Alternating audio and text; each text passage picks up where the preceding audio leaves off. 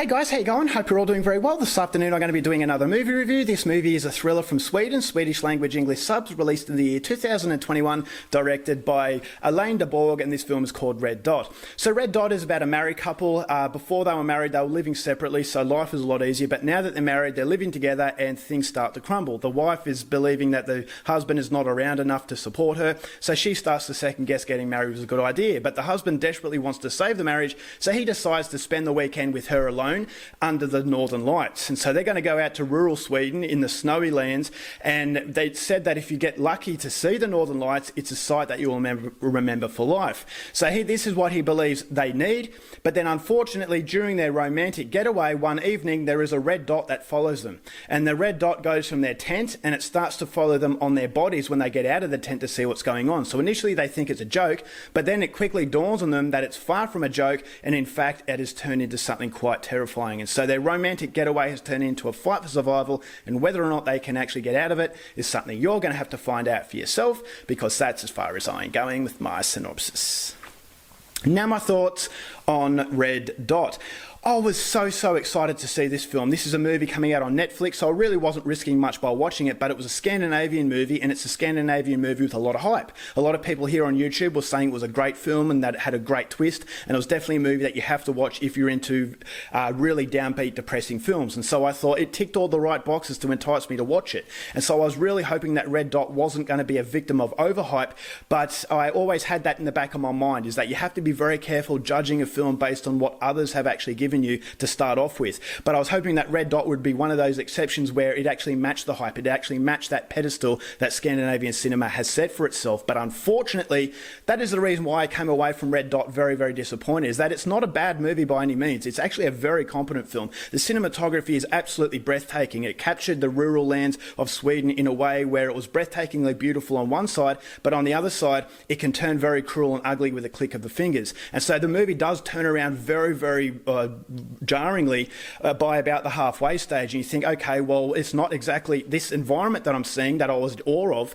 It's not quite the same environment that I'm getting myself into now. And so it does change, and it does use that environment in a characterizing way where I thought as though it was a different sort of threat. And so it's a survivalist film. It's a movie that is man against man, but also man against nature. So there is a threat coming from different avenues, and those different avenues created a level of suspense that I thought was very competently done. I thought the main characters were actually quite likable. I thought the chemistry was there. I actually felt they loved each other. So when they're going through peril, I thought as though the threat, once again, it increased that sense of anxiety that you go through with these people. I could feel what they were feeling through the coldness, is that the overall temperature to this movie, once again, is another character that plays very effectively as far as the psychological aspect is concerned. And there were some really brutal scenes of violence, and very nasty scenes of violence that reminded me of an Irish film that I'm not going to tell you about because it might give it away. But that Irish movie had that same deadbeat sort of down depressing atmosphere where it shows glimpses of hope.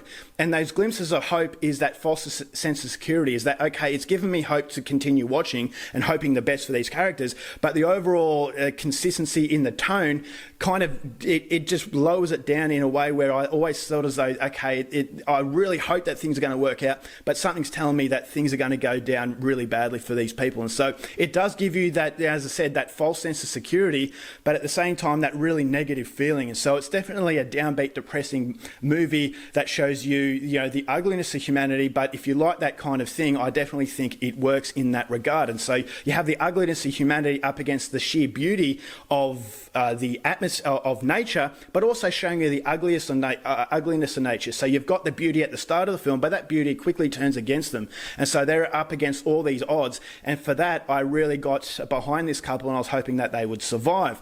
But pushing all that aside, yes, it looks absolutely beautiful, but I thought as though the beautiful cinematography is compensating for the fact that this is a really generic film. This movie follows, it's basically a standard survivalist film for the first 3/4. And I thought to myself, all right, well, this is not really living up to the expectations. Is that, okay, maybe if you haven't been exposed to Scandinavian cinema and the Scandinavian cinematography and the high level of production that they have, then maybe this is going to wow you. But for me, yes, okay, the cinematography does capture you by surprise to start with, but after a while I started to think, all right, I've watched this type of movie time and time again. Good people being hunted by an unknown presence, and you want to know why. And then the twist comes. Now, everyone was saying how crazy the twist was, and each to their own. If you like the twist, then that's good for you. But for me, it's a theatrical twist. And what I mean by that, it's not very natural in a way where I thought as though it was grounded in realism. I thought it was a very theatrical twist because it wants to take you off guard. And by taking you off guard, you become disorientated. You don't know where to go. You think to yourself, I didn't see that coming. Where is the director taking me? But because it's so far out of left field, I thought it was there just for the sake of shocking you. It was like a cattle prod. It was like waking you up because you're starting to nod off. And I thought as though it's a very extravagant twist where a lot of things had to click into place to actually make it work. And so I thought, all right, well, it's once again another generic twist. I didn't see it coming, but the way it comes and the way it actually explains itself through flashbacks, I thought, well, that was very, very convenient. And so the twist didn't hit me as much as I really would have liked, and unfortunately didn't hit me enough to really save this movie from being just an ordinary film. It's that, as I said, very well made, definitely worth the time and effort, but as far as that film that everyone set it up on that pedestal, I thought as though it fell well below that, and unfortunately I tricked myself into thinking that this was a bad movie because the expectations were nowhere near met. And so that's unfortunate for Red Dot. If I am actually being honest and I was giving this a fair go with no other influence from the outside world, I would say that this was a very competent movie, but competent is definitely the highest level that I would give Red Dot as. So if you like your survival thrillers, then Red Dot is worth a watch, but unfortunately a one-time viewing is probably the most that it's going to have. So overall for Red Dot, going to give this one 2.5 stars. It's run-of-the-mill, but it's run-of-the-mill done very well. All right, guys, that's it for my review. Hope you enjoyed it. Thanks for watching movies, and I'll see you later. Bye.